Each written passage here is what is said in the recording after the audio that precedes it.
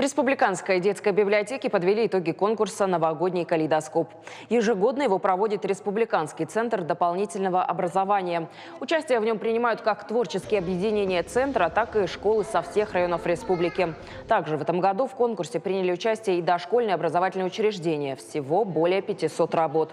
Конкурс проходил по 10 номинациям в новогодней тематике. Ребята своими руками из подручных средств подготовили новогодние поделки, плакаты и игрушки.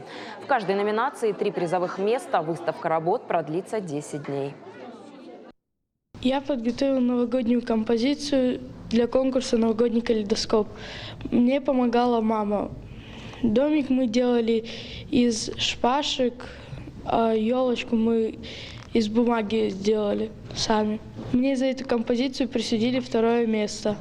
Каждый год работы, они как-то индивидуально, что-то у них, что-то новое, что-то оригинальное, что-то они из года в год они как-то и меняются, и то ли у них фантазия развивается, то ли я не могу сказать, как это словами передать, но из года в год эта выставка бывает все богаче и богаче.